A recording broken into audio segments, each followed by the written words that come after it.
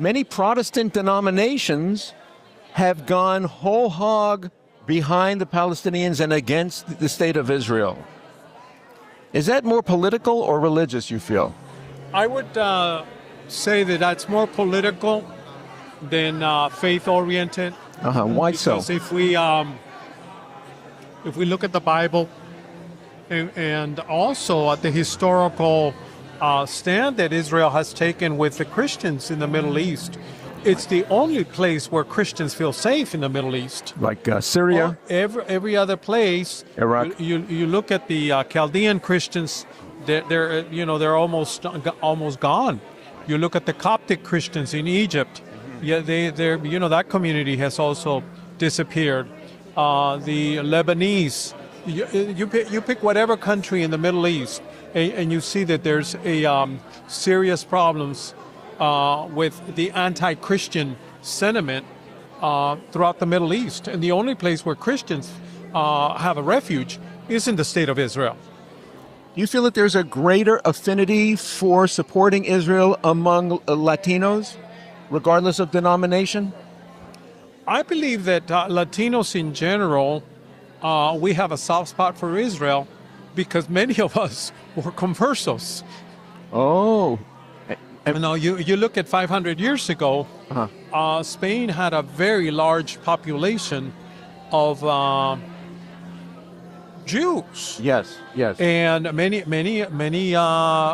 Right. Hispanics, Latinos are conversos. They converted at the point of the sword. Yeah, because we had the Great Inquisition.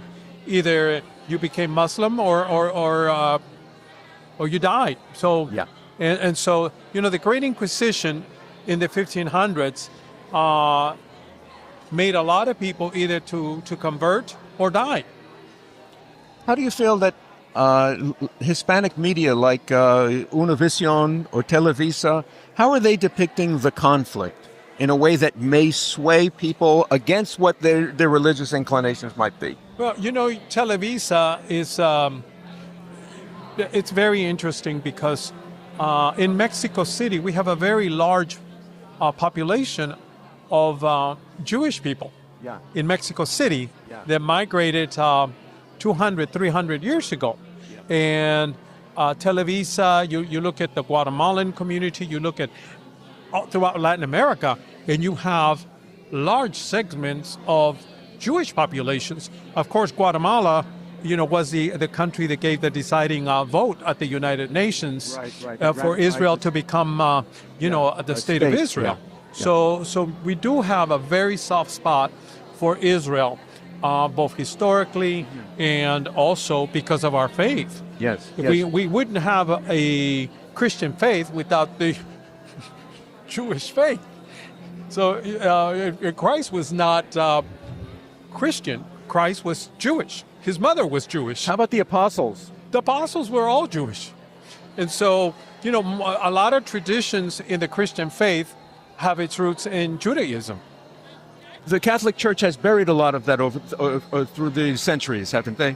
Well, it's sad to say that history has not been on the good side of us Christians because we have persecuted the people that gave us the Bible.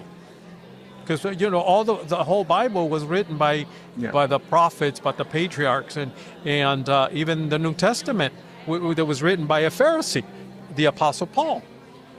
Yes. So we have a great debt to the Jewish faith for our faith.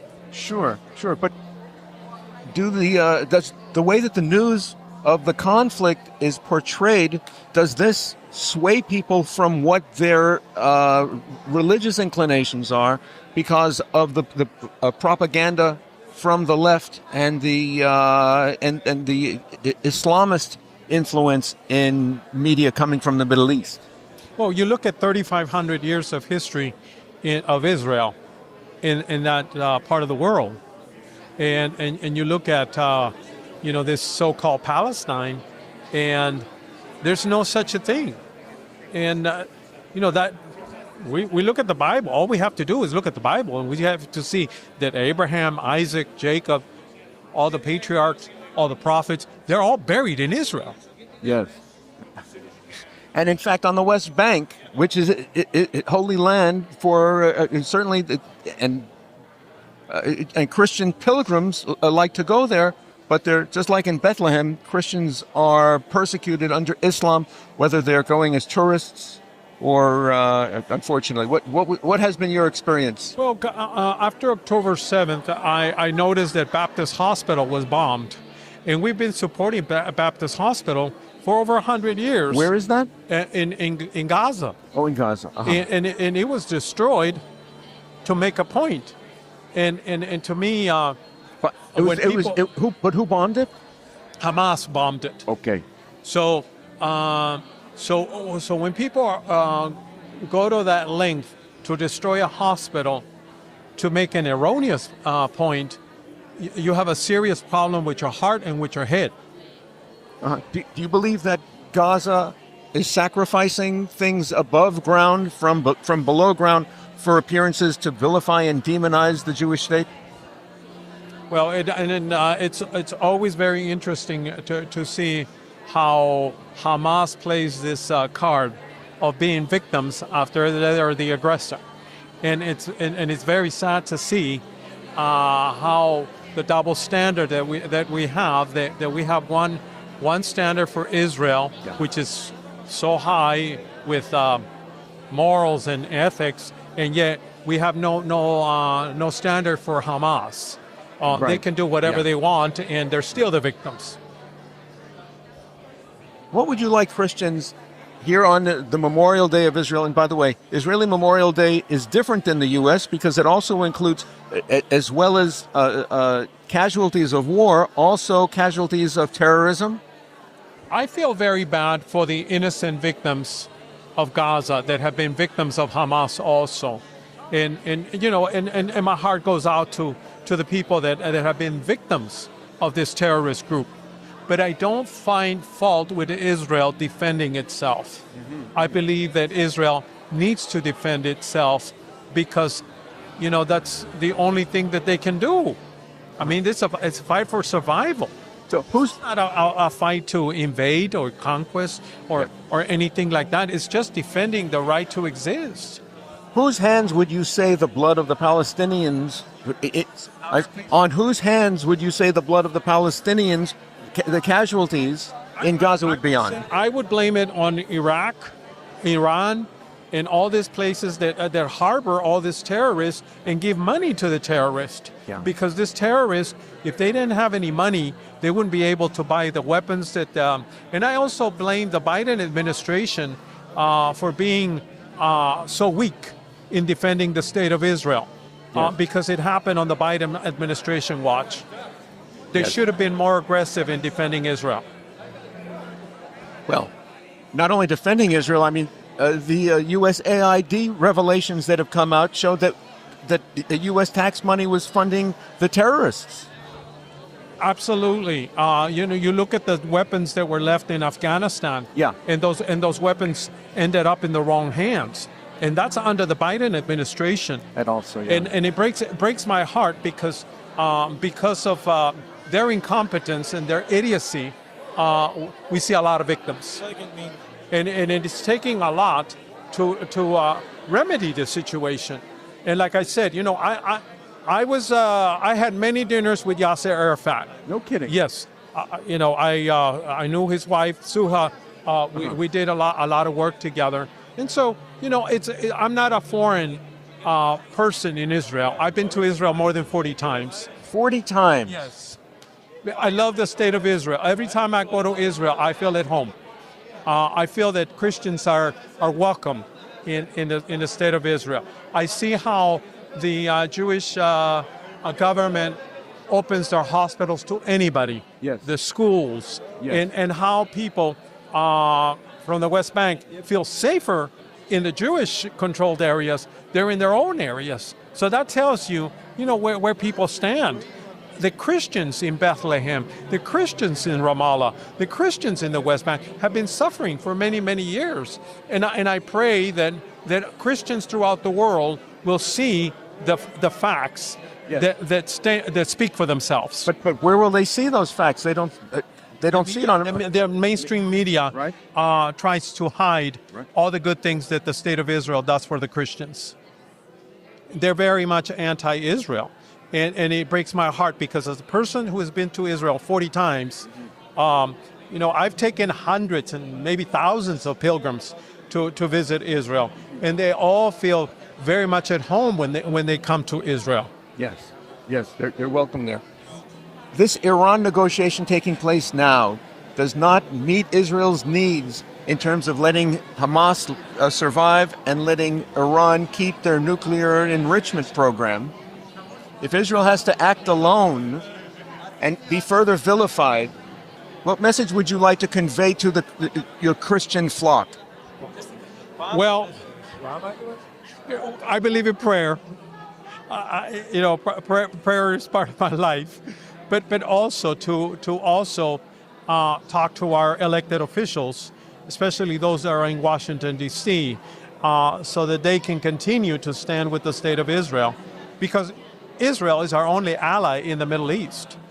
Without the state of Israel in the Middle East, we're doomed. Whom and where? Well, all the Christians. You look at the Chaldean Christians in Iraq. You look at the Christians in Lebanon. You look at the Syrian Christians. You look at the Coptic Christians. You look at all the Christians. And then, there's bearing a cross in some of these Muslim countries is a crime. So, there's nothing peaceful about this religion that wouldn't allow people to wear a cross in public. You go to Israel, you can wear a cross, you can wear your clerical collar, you can be who you are. And you hold up the cross again. Here we have the unions today and yesterday, they have a strike. There's such socialist influence in the unions, and particularly here in Southern California and the Southwest among Latinos. How do you feel about the groupthink, the pressure, the peer pressure, and the socialist workers' pressure to promote essentially jihad against Judeo-Christianity? Well, in my faith tradition, the devil always likes to turn good into evil and evil into good. And, the philosophy of these unions has been so moved to the left, and we love our enemies and hate our friends. And that's a very sad position to be in when we hate our friends and love our enemies. And that's what I see. Yeah. But not all the union members are pro Hamas, pro all this stuff that it's not biblical, because Christians stand on biblical principle. We don't stand on emotional appeals, and that's what you have in the mainstream media, that they show you these little pictures of children, that are starving and all this blood on the floor. But what about all the orphan Israeli children? What about the Jewish families that lost a mother, that lost a father, that are now, where is the justice for those children? Yeah. Where's the justice for those hostages that were killed so atrociously? And where was the left going to Gaza to get those hostages liberated? And we're talking about American citizens that were held hostage, and yet they're fighting, for a wife beater, a terrorist, someone who's got MS-13 tattooed on his knuckles, and they're fighting to bring him back. He's home. He's home. Bukele, said, yeah, bring him back, because the reason he had not been deported before was because there was a rival gang. So he was in a rival gang, and that's why he couldn't go back. But now the country is safe for him. So it just baffles my mind to think that we love our enemies and hate our friends. And where on that spectrum would you put the Jewish people between friends and enemies? I would put the Jewish people as our friends. Whenever there's an emergency anywhere in the world, we can always count on Jewish doctors to come to our aid. Whenever there's problems with famine, I can always pick up the phone and call on my Jewish friends and say, hey, we need to raise some money because we need to buy toys for the orphans in Mexico. And let me tell you, the Jewish community is very generous in helping out. I really see the love of God manifested through their actions.